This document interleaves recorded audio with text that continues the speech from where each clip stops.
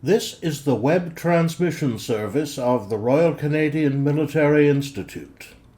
At our Military History Night of February the 11th, our resident Romanist Eric Morse looked back to the last third of the 1st century AD, when the Emperor Domitian got caught unawares on the lower Danube and lost a senior commander and about 4,000 men.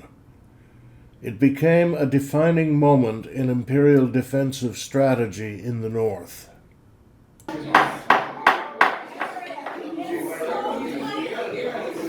evening, ladies and gentlemen. Welcome to tonight's Military History Night. I'm the event chair, James Ellis.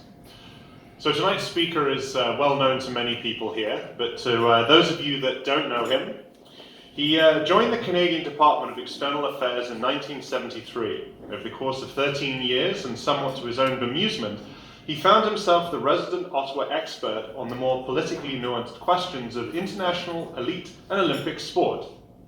It was by his own and everyone else's admission the best job in government, as it often came with hockey tickets. Leaving government in 1986, he spent some years in consulting to public and private bodies in cultural and business relations with Russia, during which time he developed his famous and finely honed cynicism. His association with the RCMI began in 2003. He currently sits on the Defense and Security Studies Committee and serves as the RCMI's Director of Publications. He is also the reason that those of you who are watching this presentation online are able to do so.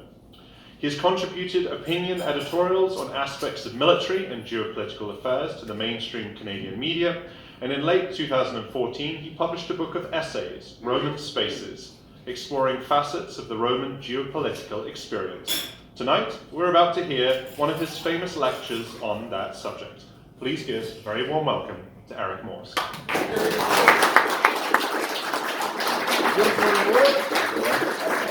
All right, so ladies and gentlemen, assuming I don't fall off my perch, there. Can everyone hear me, otherwise known as the ritual invocation? Is this thing on? Yes. Yes. Excellent, one thing is working.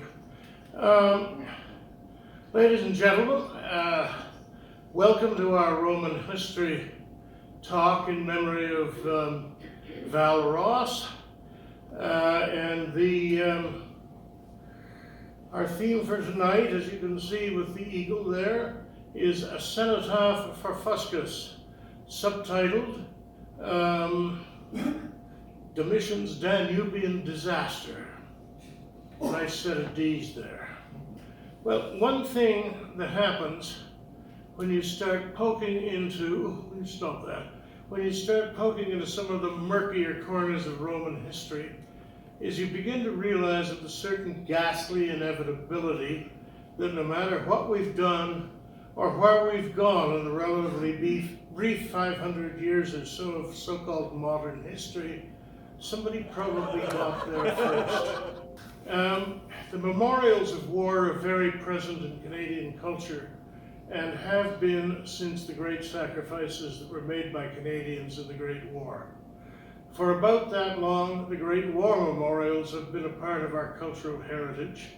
Every town has its cenotaph, and in recent years, the crowds turning out to them for Remembrance Day ceremonies have swelled. Recent events in cross-border relations will no doubt reinforce the trend. The word cenotaph means empty tomb in classical Greek, and in modern usage, there is a somewhat blurry distinction between it and other types of war memorial. The word cenotaph means empty tomb in classical Greek, and in modern uses, there's a somewhat blurry distinction between it and other types of war memorials, except that a cenotaph is not a gravesite.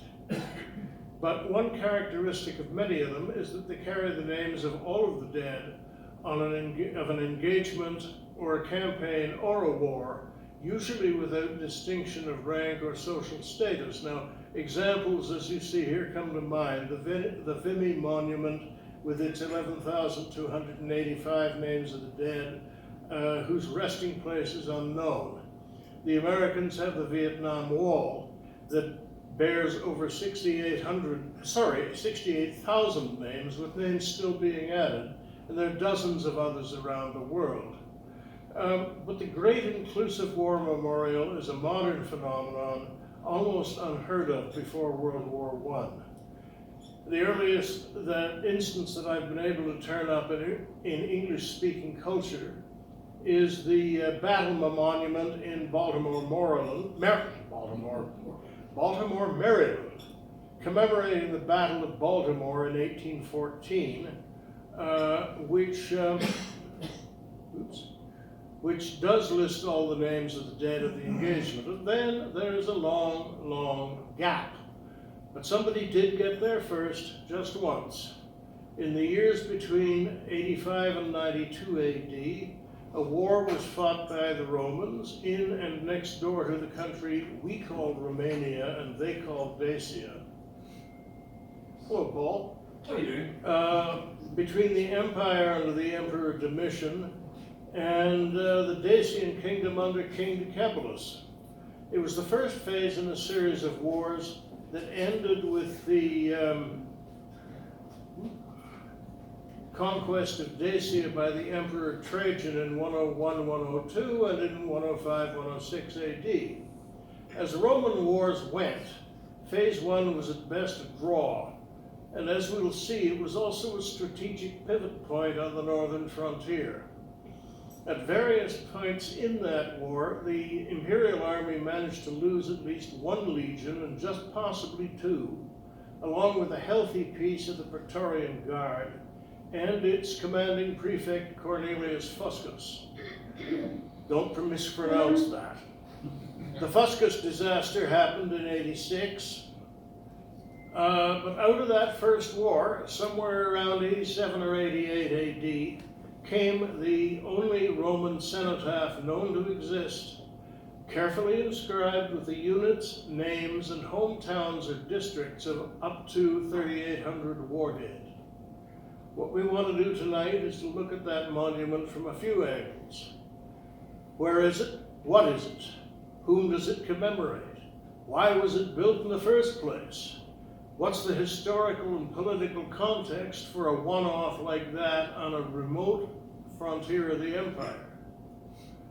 That phase up to 3,800 is sort of ominously indicative of the uncertainties around all of this. But one thing that it does mean is that on the scale of first century Roman military defeats, the Fuscus disaster of 86 is, oddly enough, I suppose, not very extraordinary, except that he was the first Praetorian prefect ever to be killed in action, though certainly by no means the last. But the Imperial army had had several substantial disasters in the first century, just as the British Empire did in its heyday. In this period, Rome usually won its wars, but not necessarily its battles. So now the disclaimers. There's always disclaimers.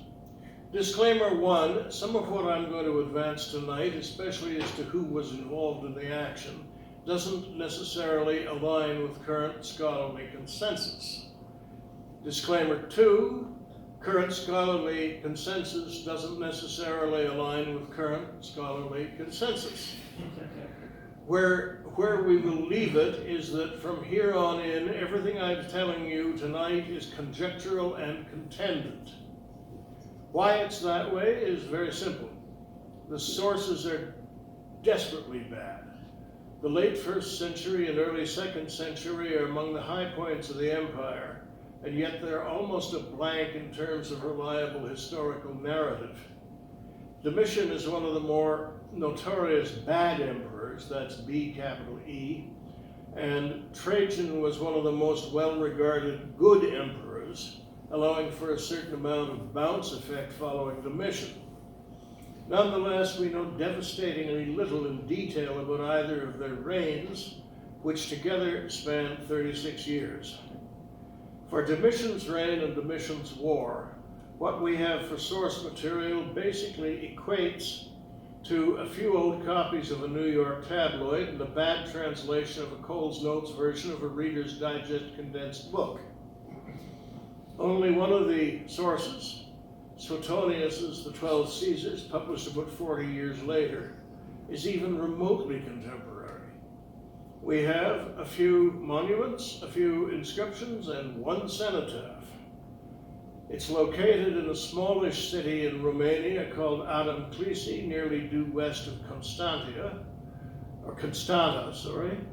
just south of the Great Bend of the Danube, where it turns northwards to its delta in the Black Sea.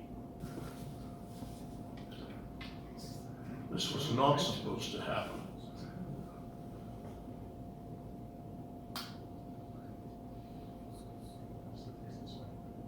Okay. Oh, I had it upside down. Inversus est. Right. Hey, that almost works, you know. Anyway, Adam Clisi's classical name is Tropaeum Traiani, Trajan's trophy, for the very good reason that Trajan built a victory monument there in about 109 AD to commemorate his final victory over the kingdom of Dacia in his two wars of 101 through 106.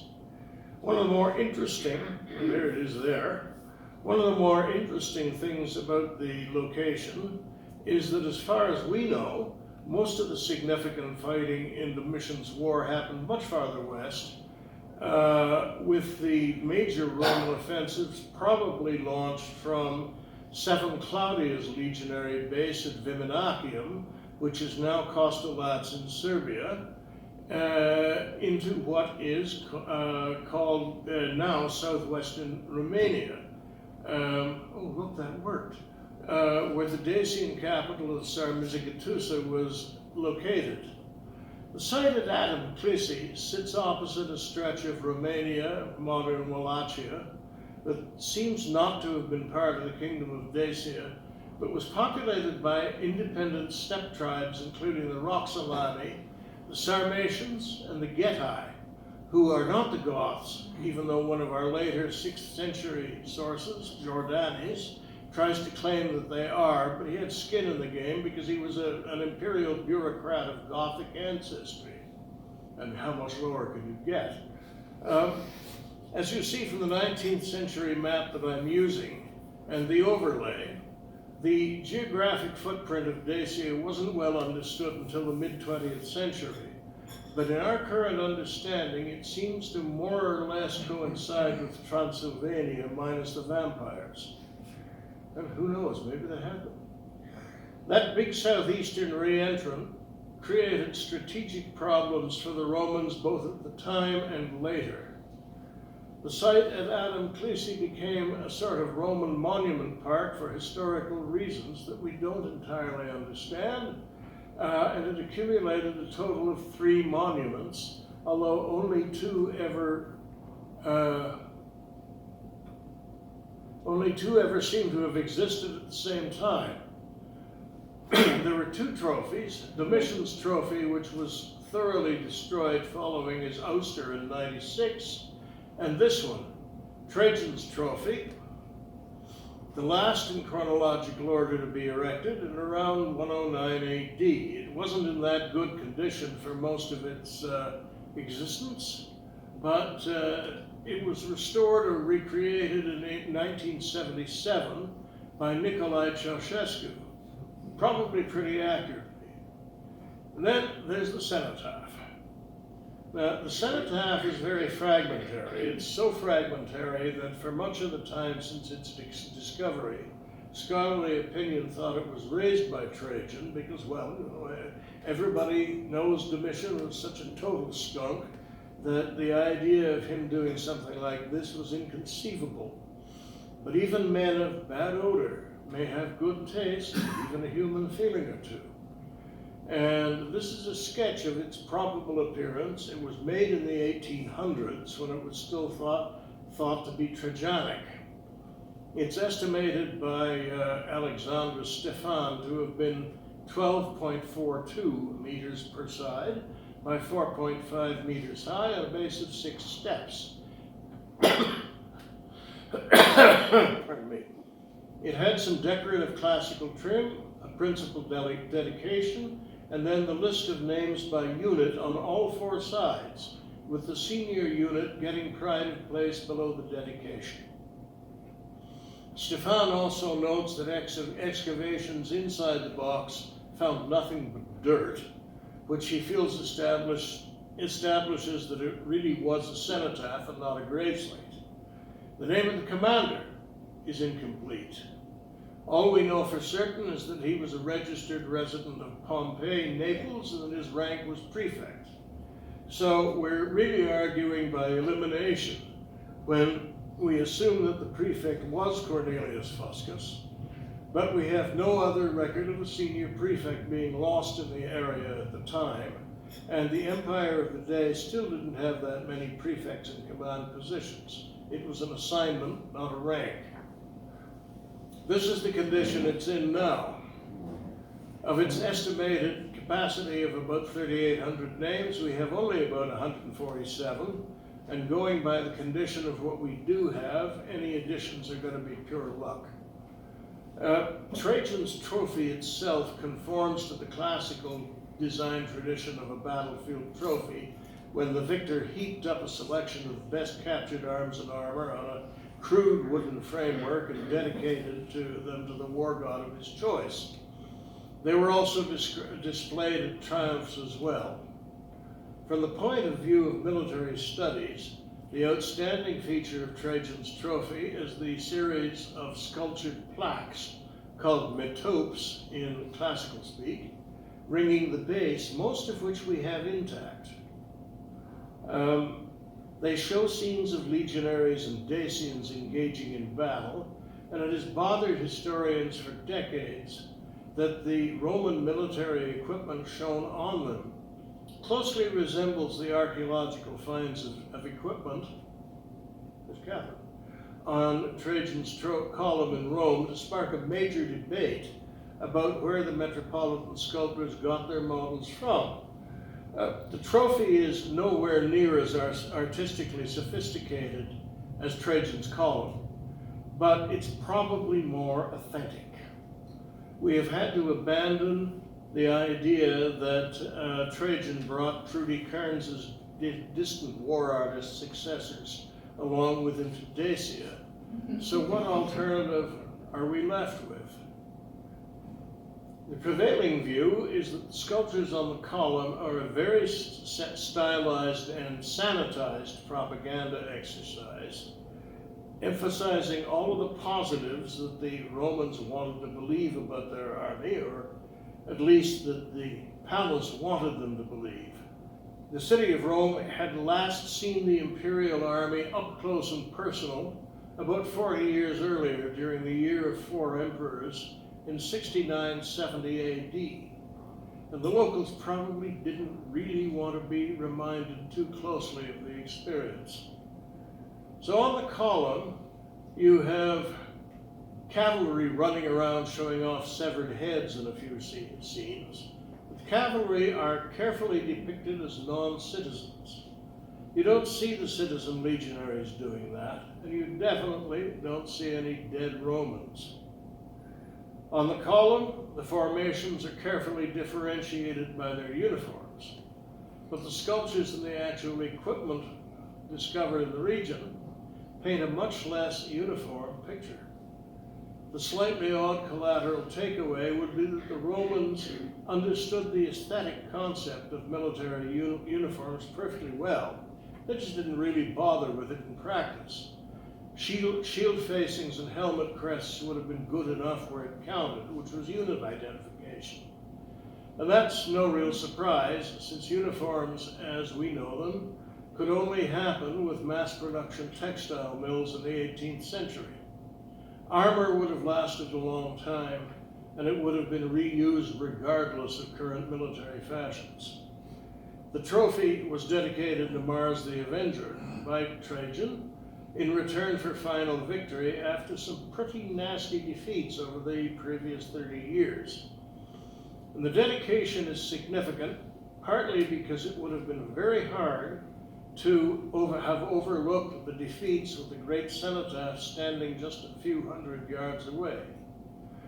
Presumably, Trajan would rather have just celebrated the victory and forgotten the rest of it. But war is political, and the interpretation of warfare in any period is highly political, and overlooking the messy bits doesn't seem to have been an option. So Mars the Avenger it was. Plaque 17, that's Matot for the classical speakers, Plaque 17 on the trophy is interesting for us tonight because it helps illustrate how the Dacians were able to give the Imperial army so bad a time for so long on the battlefield. When the Dacian kingdom was reunited sometime in the 70s, it had a very formidable infantry army, and against the legionary infantry, their big equalizer was the falx, a polearm with a very sharp recurve blade, which we see here very clearly on the right-hand side of the plaque. The legionaries depended on their shield for the defense. The chainmail or strip iron cuirasses of the day offered no arm protection, and they found out the hard way that the sword arm was very vulnerable to the falx. So at some point, they adopted a remedy from the gladiatorial schools, articulated arm protectors called manicae, which we see here in one of the late Peter Connolly's more famous illustrations. Now, the odd thing about this illustration is that Connolly actually got the detail wrong. The finds tell us that the plates overlap in the opposite direction, that is, upwards toward the shoulder, not downwards where you could have slipped a point in between them. So we're going to step 15 years back for the historical context, as much as we can understand it. We'll turn to the year of 4 emperors in 68-69, when the first Roman dynasty died with Nero, and there was a series of major civil wars over the succession. The winner was Flavius Vespasianus, aka Vespasian, who at the time was the commander of the army of Syria in action against the Jewish rebellion of 66 through 70. He became the founder of the Flavian dynasty. His accession was followed by a major revolt on the Rhine, which also has a role to play tonight. Now, here's the cast of characters. The Emperor Domitian, younger son of Vespasian, and younger brother of Titus, hero of the siege of Jerusalem in 70. Titus was emperor very briefly from 79 to 81, when he unexpectedly died of illness, and before then he had been Praetorian prefect and chief of secret police to his father. He had a brief but unblemished record as emperor. He said and did all the right things, good sound bites after the eruption of Vesuvius, but people always did wonder how he would have turned out if he lived a little longer. Remember the secret police thing. In the circumstances, Domitian had never really expected to be emperor and seems to have had a bad case of kid brother syndrome. The current fashion in forensic psychohistory is also to credit him with a bad case of PTSD, since he had had some very nasty experiences in Rome during the Civil War when he was 19. It apparently didn't stop him from trying to compete with his pa while the old man was on his way to Rome from the east after his forces had beaten Vitellius. Suetonius says he was high-handed from the start. In fact, he was so high-handed that before Vespasian even got to Rome from Egypt, he had handed out jobs so lavishly that the old man was heard to say that he was amazed he hadn't bothered to appoint an emperor while he was at it. He also had prodigious sexual appetites for both genders and was allegedly something of a sadist. He allegedly enjoyed stabbing flies with his stylus. Presumably, as Praetorian prefect under Vespasian, one of Titus's jobs had been keeping an eye on Domitian, preferably well out of stylus range. As emperor, he was highly autocratic. He demanded to be addressed as Lord and God, Dominus et Deus, but for the first half of his reign, at least, he was a competent, even skilled ruler, until a failed revolt by a general named Saturninus at Mainz on the Rhine in January 89 seems to have unhinged him, and he began a vicious series of purges of the senatorial class. He allegedly also used to say that the worst job in the world was being emperor, because nobody ever believed there was a conspiracy against you until one succeeded. In due course, in 96, one of them did succeed, and everybody believed it. All of which being said, Domitian was almost always on good terms with his generals. He chose competent ones, and he looked after the army very well, which is reasonable since he'd had personal experience at the sharp end of Tacitus's secret of empire, that emperors could be made outside Rome. We may also take it for granted that he was on especially good terms with our number 2 in the cast of characters, Cornelius Fuscus, his Praetorian prefect. They seem to have known each other at least since 69, but more to the point, if you were emperor, the prefect was the one man you had to have absolute trust in, because if you didn't, you'd had it. Titus had done the job well for his father. Domitian had no sons. Fuscus, and we think that might be a portrait of him, is really only famous in history for getting himself killed in the disaster of 86. Because of that, he rates a 2-liner in Juvenal's 4th satire on the assorted characters who made up Domitian's understandably subservient privy council. Fuscus dreams of battle in marble halls. His guts a predestined feast for Romania's vultures. It was delivered safely after the fact, but it does get across the firm impression that compared to the other councillors, there really wasn't a lot to say about Fuscus, which probably was just the way Fuscus preferred it. He was not a professional general. Well, that may seem a little unfair since we are still a generation or so away when, as a norm, ambitious senators would embark on either a civil or a military career stream and actually acquire some professionalism. But it's fair to say there were generals in Domitian's army who were better at it than Fuscus. To be even fairer, commander of the Praetorian Guard was specifically not a military appointment.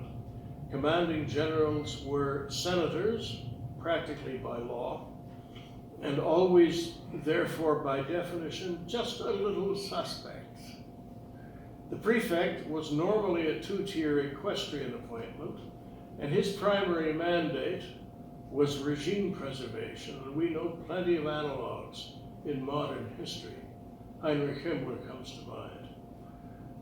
Fuscus seems to have been the apparatchik's apparatchik, but with a hot-headed streak.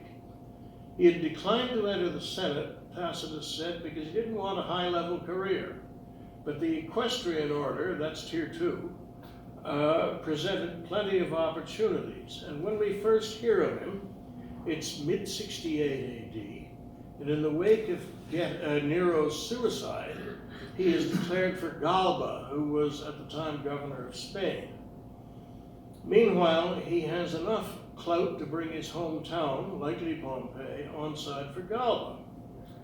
Tacitus also says that Fuscus found his satisfaction in danger itself, rather than in the rewards of danger, and preferred to certainty and advantages long secured whatever was new, uncertain, and in doubt. Now you have to keep a close eye on Tacitus. He's not a historian by our standards, but he's a political essayist of major status. He has a recognized insidious style of slipping his characters into the narrative bit by bit, always with an early hint at the fatal flaw. And then he does a slow build until suddenly he, or history, pulls the rug out from under them. He seems to be in the middle of doing this with Fuscus, when the manuscript breaks off abruptly in AD 70. But since it was written to the end of Domitian's reign in 96, if we had those chapters, the story behind that cenotaph might be a little more certain. Galba lasted only until January 69. Fuscus seems to have kept his head down through Otho and Vitellius, but he came out early for Vespasian, who had declared at Alexandria in Egypt on July 169. Fuscus seems at the time to have been serving as the Imperial finance officer, the procurator, in one of the Middle Danube provinces. He emerged as a firebrand Flavian and entered Italy with Vespasian's surrogate Antoninus Primus and the Danube legions, and took control of the Adriatic fleet in Ravenna for Vespasian. On the Flavian victory, he was given honorary rank as praetor, and he may have been appointed governor of Illyria, which is now Croatia, during Vespasian's reign. On his ascension in 81, Domitian appointed him praetorian prefect. Now, if Fuscus was an apparatchik, the Praetorian Guard were political troops. Their task was regime preservation first and soldiering a long way after, like many similar formations more recently. They had military training, but in this period, they rarely saw serious actions. In 69-70, they underwent serious purges, twice. Vitellius had replaced them with his own troops from the 8 legions of the armies of Upper and Lower Germany. But that didn't last long, and after the Flavian victory, there was a second, probably much smaller, purge with replacements from Vespasian's army. 10 years later, the Guard was again made up largely of boys from Italy, the Alps, and Provence. But I think, and this again bears on the monument inscription, that there were still a fair number of legionary veterans among them in 85. The military terms of service, which were anything from 16 to 25 years depending on class of troops, were floors, not ceilings. And we know of many veterans who served far longer, 30, 35, even 40. Like this guy, Julius Velox, who, thanks to having been buried at Skopje in Mysia, or what do we call Mysia right now? Romania? No, not Romania, it's Skopje. Macedonia. In Macedonia, has started a roaring debate as to whether or not the 5th Legion, surnamed Alaudai, might have been destroyed with Fuscus. Well, after the civil wars and the major Batavian revolt of AD 70 on the lower Rhine, 5 Rhine legions were cashiered or heavily reorganized, and until 1982, when Velox's tombstone was found and the debate began, Alaudai was always assumed to be one of them. Domitian had founded a veterans settlement at Skopje for veterans of 7 Claudia at some point in his career.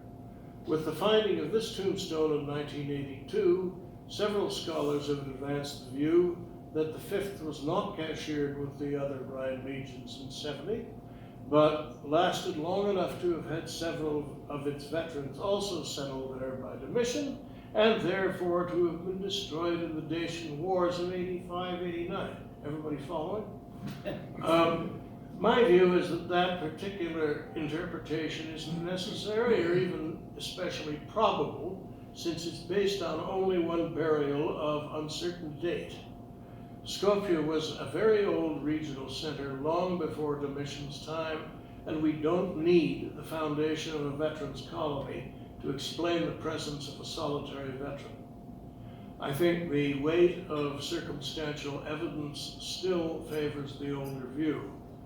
Lawrence Keppy, in his work on the early legions, emphasizes that the imperial government never once in history acknowledged the loss of a legion except for the 3 in the Varus disaster of 89, which was just too big to cover up. Contemporary sources note that 4 legions were disbanded or reorganized for political reasons in 70, the 1st, the 4th, the 15th, and the 16th.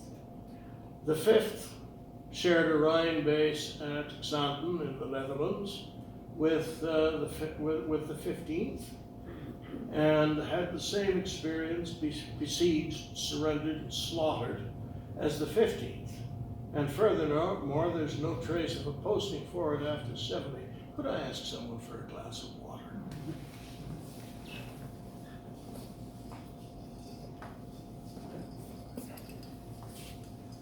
Thank you.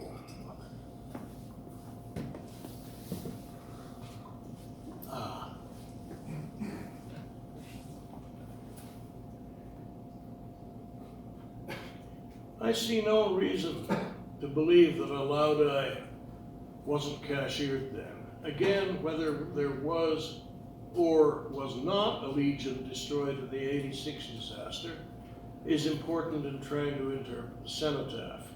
I think that there wasn't, but more on that later on. Our final character is Decabulus, the Dacian king. This is actually his death scene following the Dacian defeat in 106, as portrayed on Trajan's column. And an interesting bit of trivia is that we actually know the cavalry officer who's trying to lay hands on him in that scene.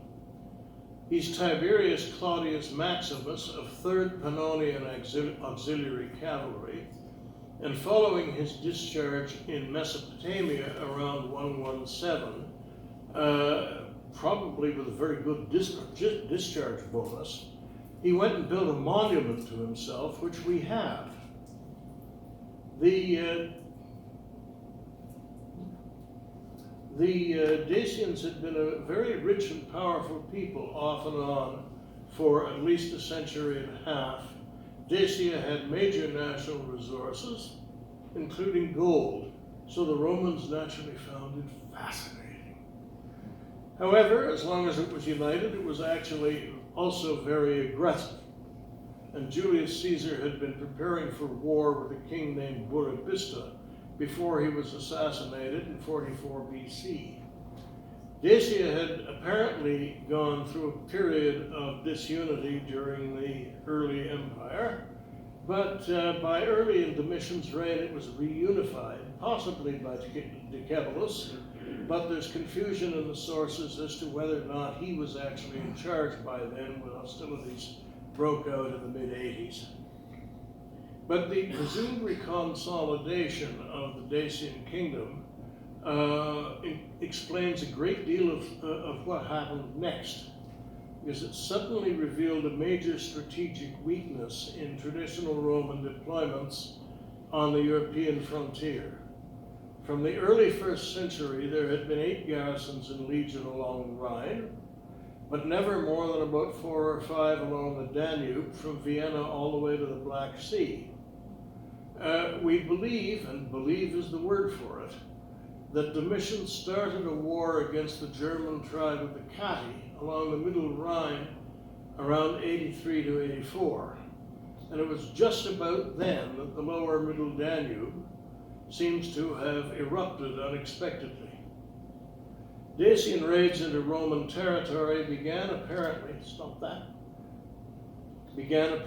at first on a small scale, but sometime in 85 AD, the Dacians killed Oppius Sabinus, the proconsular governor of Upper Moesia, who, along with a substantial force, allegedly. It may have been an ambush on the march because the Imperial army always had a bad tendency to be vulnerable to attacks on its columns, and Sabinus had only been in his post for a few months. One segment of scholarly opinion contains that this is the battle where the 5th Legion was lost, but to be honest, we have no idea what troops were lost with Sabinus. It could as easily have been just a personal escort. The record of the ensuing war is garbled beyond accurate reconstruction, but it seems that this is when the strategic penny dropped in Rome. However many troops were lost with Sabinus, losing a proconsul counted by itself as a major defeat. And Domitian suddenly seems to have realized that he had a massive strategic hold of the Danube frontier. He needed to rebalance his deployments very fast, and he only had one practical choice open to him: to mobilize elements from the army of Upper Germany, with its headquarters at Mainz, would have taken months, and the march time alone from Mainz to Viminacium on the Danube frontier, now known as Kostolac in Serbia, was about 4 weeks at forced march speeds. From Rome to Viminacium was an Adriatic crossing, was about 3 weeks, and the Praetorians could be mobilized on the spot. Political troops or not, they were what he had. He headed for Mysia with Fuscus and a sizable contingent of the Guards, which in this period was at a nominal strength of 8,000. They spent some months clearing Mysia of the invaders, and then Domitian seems to have gone back to Rome to celebrate a dual triumph over the Chatti, or the Catti, and the Dacians. Contemporary sources give the triumph terrible reviews, probably partly because what happened next made it look about as premature as that famous declaration of victory on board the USS Abraham Lincoln. It looks as if Fuscus, having cleared the right bank of the Danube, then took an expeditionary force across at Viminacium to make an attack on Sarmizegetusa, the capital, Dacian capital, but he was ambushed in the approaches, probably at a base called Tapai, but anything we know about Tapai is strictly a guess, except that there were several significant battles there, so it must have been a strategic choke point and probably a pass. He lost his own life and a large number of his force. After that defeat, it looks as if Domitian returned to theater in 87 with major reinforcements, including legions and auxiliary units hastily pulled from other frontiers. This is the period when the Roman advance into Scotland came to a definitive halt, as Second Adjutrix, which means reinforcements, and imagine going through 4 centuries of history with that nickname. Second Adjutrix was hurriedly moved from Britain to the Danubian frontier, and the Rhine theater was permanently reduced from 8 to 4 legions. In short, Domitian did a full strategic pivot that lasted till the end of the empire.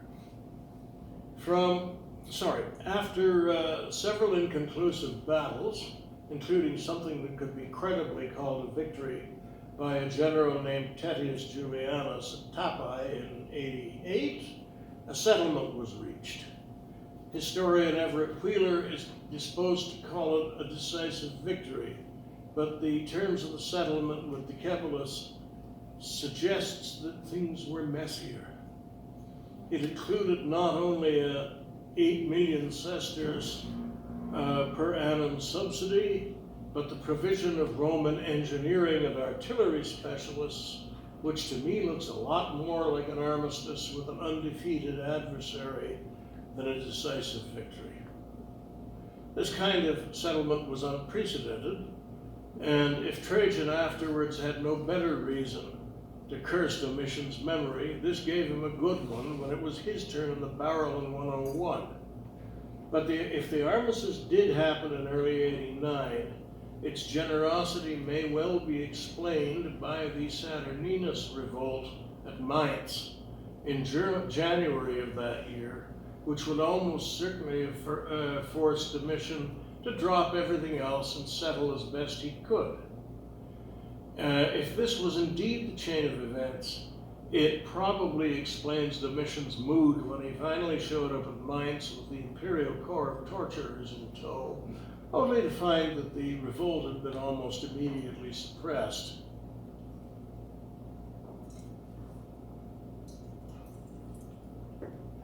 This was a turning point in the reign, and Domitian's attention seems to have turned from frontier issues to conducting a general terror among the elites in Rome. The unstable peace of the Danube seems to have collapsed in 92, and at that point a legion really does seem to have been destroyed. 21 rapaks, which had been transferred from Mainz in the rebalancing of 87 to 88. But sometime around 87, 88, before Domitian's attention was permanently diverted, a cenotaph was built. And so we come to who's on it and why. Here's a reconstruction from the late 19th century corpus of Latin inscriptions of the surviving large chunks of the front side. The individual names of the troops are listed with their hometowns or districts. And Brian Turner of Portland State University has written at some length about the nuances of these attributions in terms of Roman social attitudes to soldiers' origins within the empire. But the real amazing thing about this is that the emperor gives the word and the records were found. I mean, those guys kept good records. But the reason I brought up the 5th Legion a few minutes ago is that there's been an assumption right from the beginning of modern scholarship that a legion was lost in the encounter, and I don't think one was. As I see it, the main problem with the idea of losing a legion is in the simple number of men lost and commemorated. The paper strength of a legion was around 5,000. The paper strength of a Praetorian cohort at the time was probably around 800, and the paper strength of an auxiliary double cohort was around 1,000, which makes a cohort the equivalent of a modern battalion with some squishiness in numbers. We have one guaranteed intact unit heading, 2nd Batavians. They're known to have been an elite auxiliary double cohort, part infantry, part cavalry. They almost certainly weren't the only auxiliary unit in the force. Now, 3,800 casualties, as bad as that may be, is still far too few for an expeditionary force. If that force had included a contingent of Praetorian cohorts, a significant legionary element, and at least one double cohort of auxiliaries. On the numbers alone, there's something wrong with the picture. And I suggest that what happened is that there was an ambush on an expeditionary column into Dacia, and the Dacians managed to bite the head off the snake. We have some idea of how many were killed. We have no idea at all of how many may have gotten away. But Josephus, the noted defector, had written in his Jewish War just a decade earlier. And he describes an order of march in hostile country that puts mixed cavalry and infantry units at the head of the column, followed by the command group of the main force. 2nd Batavians was certainly not cashiered because we have inscriptions from it decades and centuries afterwards. The oldest transcription, again from the corpus, shows a 4th cohort of something right under the main inscription where a Praetorian cohort might reasonably be, but it's missing from a more modern transcription. What we do know is that the sequence of Praetorian cohorts in Rome remained unbroken. So a monument may have been raised, but nobody was cashiered as a result. That actually brings to mind what Adam was talking about over dinner, about it's funny how murder gets away with it. 2 decades later, Cestius Gallus had lost a whole legion in Judea. It wasn't disbanded. And Petilius Cerialis had lost half of one in Britain. It wasn't disbanded either. And nobody raised a monument. The imperial government very occasionally had to write off a legion, but it never commemorated the fact. And you definitely don't make Praetorian cohorts disappear. It's absolutely terrible optics. I think we need to consider the possibility that a lot of the force may have managed to get away, partly because if Fuscus really was across the Danube in bad guy country with only 4,000 men, then I think that we can draw some conclusions about his judgments. So my view is that the bulk of losses of men whose names appear on the monument were sustained by the Praetorians, which, when you add in the auxiliary forces, when you add in the surviving auxiliary unit, fits nicely with Josephus's description of an order of advance. And you don't need much more than that to account for losses around 4,000.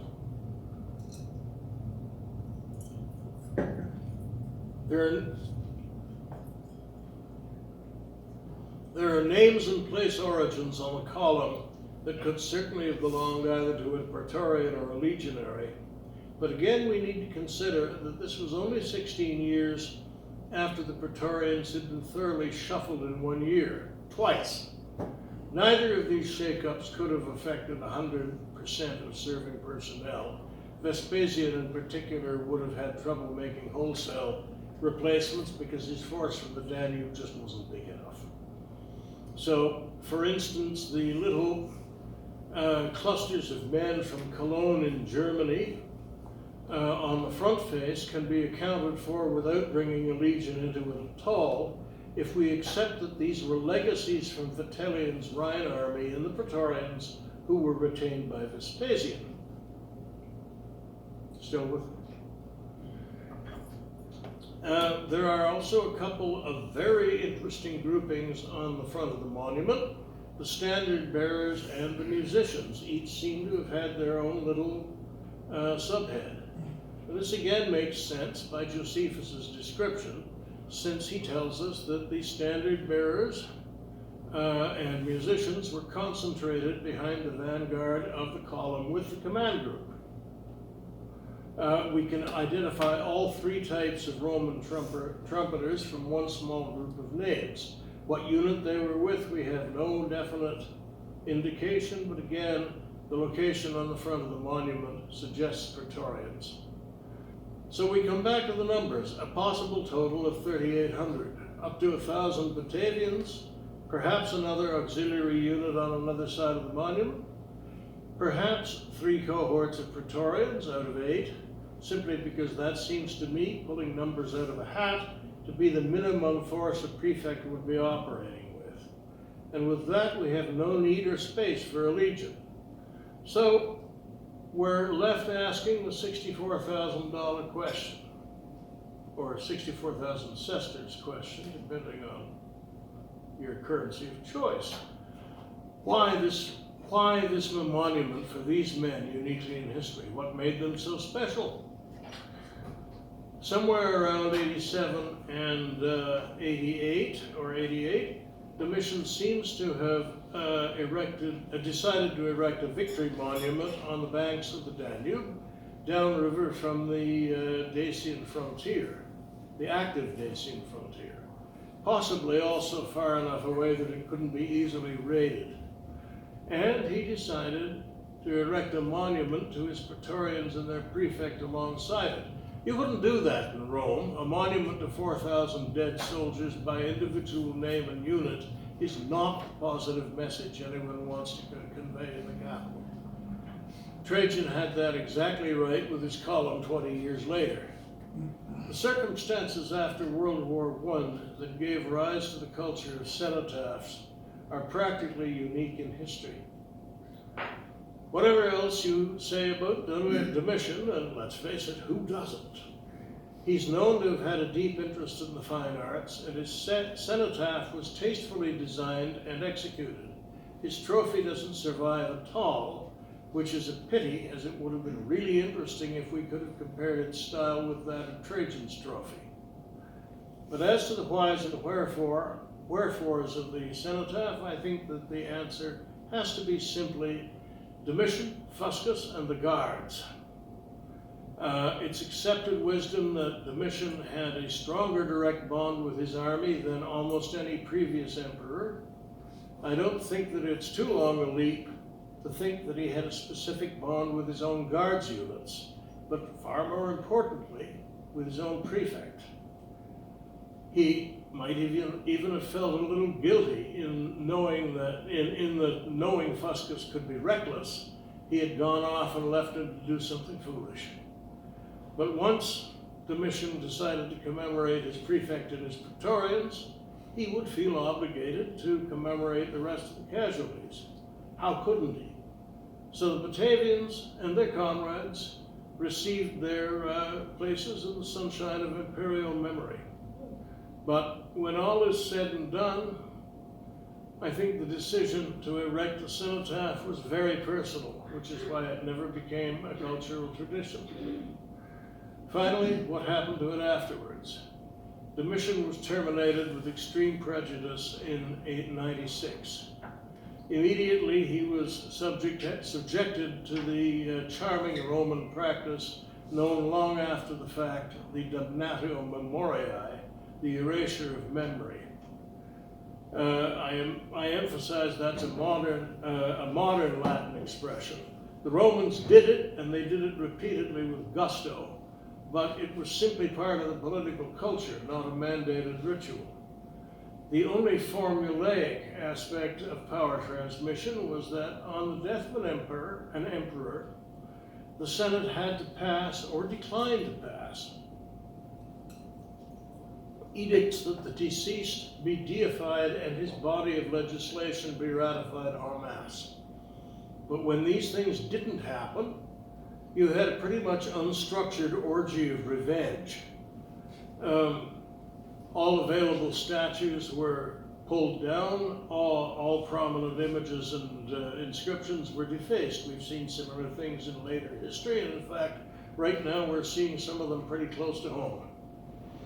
Some of the archaeological evidence, like this famous example of a 3rd century plate of the Emperor Septimius Severus, his wife Julia Domna, their son Caracalla, and a big hole where the other son Geta used to be, even gives an impression that actually displaying the defaced article might be an act of demonstrative loyalty, because otherwise why would you even bother keeping it around?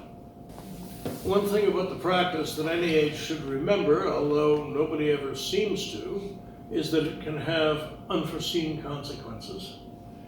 The Senate were overjoyed to see Domitian gone. The army seems to have been much less happy about it, and the Praetorians were definitely upset. In 97, they mutinied. They forced the new emperor Nerva to execute some of the conspirators, one of whom was their own new prefect. Nerva, who'd been selected in the first place because he was old and basically harmless, then either decided or more likely was forced to adopt Marcus Ulpius Traianus, aka Trajan, the commander of the army of Upper Germany, as his successor. Of course, where you have erasure, you can also have rehabilitation. Several years later, and securely in power, Trajan issued a series of stunning gold pieces, which British numismatist Gareth Harney calls his Restitution series, because it formally rehabilitates a few previous emperors who've been having tricky experiences in the afterlife. Julius Caesar, Tiberius, Claudius, and Galba. But it can also be seen clearly as a pronouncement as to who's respectable and who isn't. It pointedly leaves out of the canon of respectable emperors Caligula, Nero, Otho, and Vitellius, and you guessed it, Domitian. No emperor ever issued a series like that again, and the list of canonical ins and outs was never again changed. Domitian's trophy in Adam Clissi had probably already been raised by the time Trajan was issuing his coin series. But as far as we can tell, the cenotaph itself was left untouched to quietly molder away. Because after all, if you are the greatest and best emperor ever, universally acclaimed as such, beloved of your troops and preferring to stay that way, what else can you possibly do with an inscription that proclaims to the world, to the bravest of men who died for the Republic, the Emperor Domitian erected this. Thank you, ladies and gentlemen. I'll be happy to take questions if you've got any.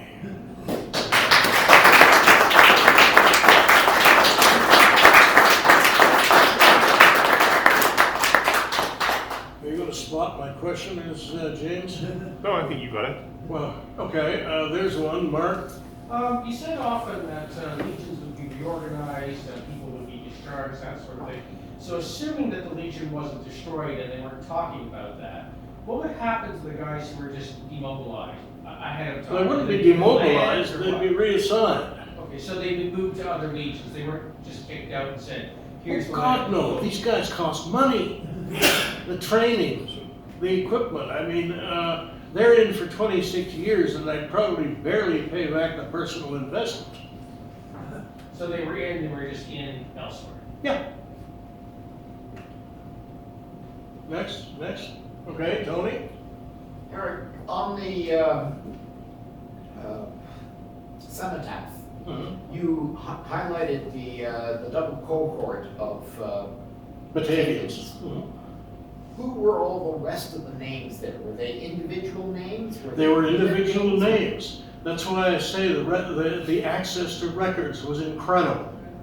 They just fished that stuff out of local legionary archives, and there they had it. I mean, we have trouble finding membership information around here. And to do it in far distant, virtually at the Black Sea. Yes, and it was all on papyrus, and it was or wax tablets. I mean, there were records kept in Rome on bronze tablets that were usually records of discharge, but they were only records of discharge of auxiliaries or praetorians, who cunningly just happened to be the ones that seemed to have been affected by this disaster.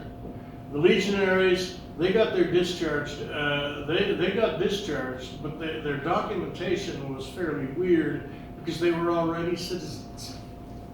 So they possibly made that cenotaph in Rome and shipped it. Wouldn't have made the cenotaph, no, that's a hell of a lot of shipping overland. They would have sent the records up if they needed to.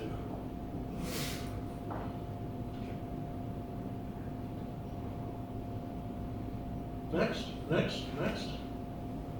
Eric, can you actually translate that? Okay. Imperator Kaiser Divi Vespasiani Filius Domitianus Augustus Germanicus Pontifex Maximus Tribunicia Potestate 6 Imperator 17 Consul 14 Censor Perpetuus Pater Patriae.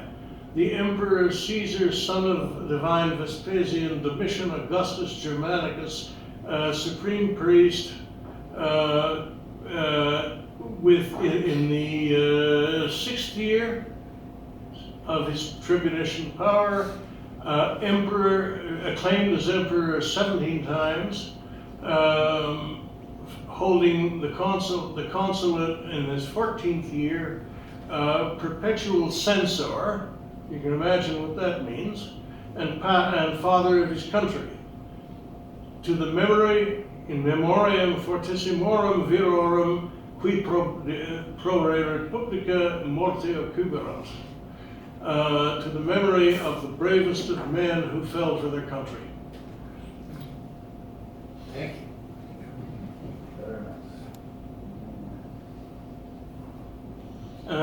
things you got to remember.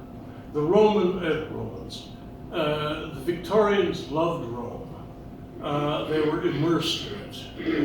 You couldn't go to school in Victorian England without having Rome laid on you with a trowel. So it's always really interesting how much Roman history was thought up by the Romans and how much of it is retrojected by the Victorians. And I'd have to say that there's an amalgam.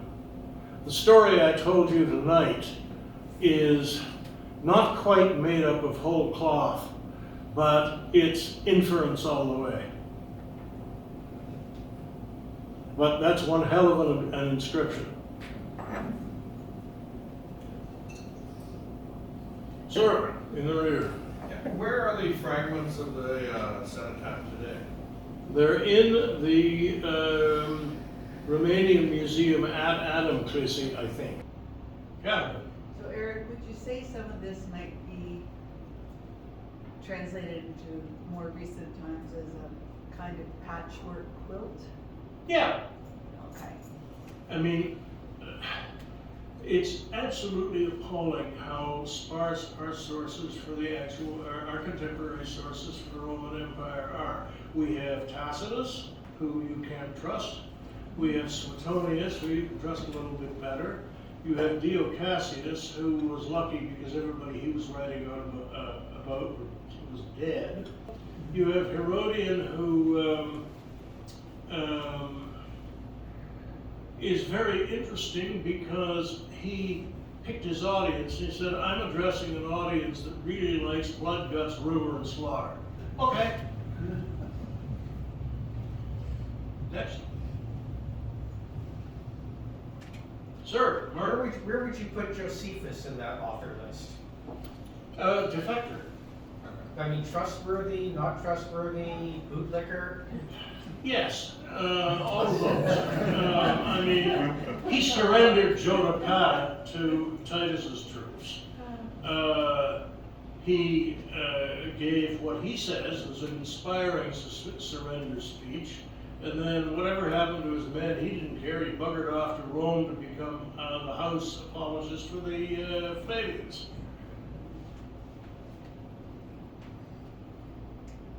But apart from that, he's probably an okay guy. Next. Do I see any more nexts? I think we're done.